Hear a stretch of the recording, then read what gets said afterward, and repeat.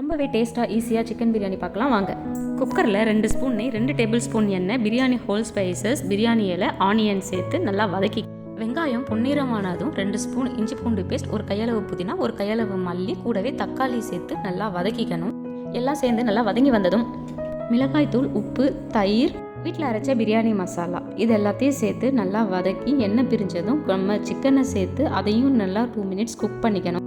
திரும்ப கொஞ்சம் புதினா மல்லி சேர்த்து ஒரு ½ லெமன் புழிஞ்சி விட்டு தேவையான அளவு தண்ணி சேர்த்து குக்கரை மூடி போட்டு ஒரு விசில் மட்டும் விட்டு எடுத்துக்கணும்.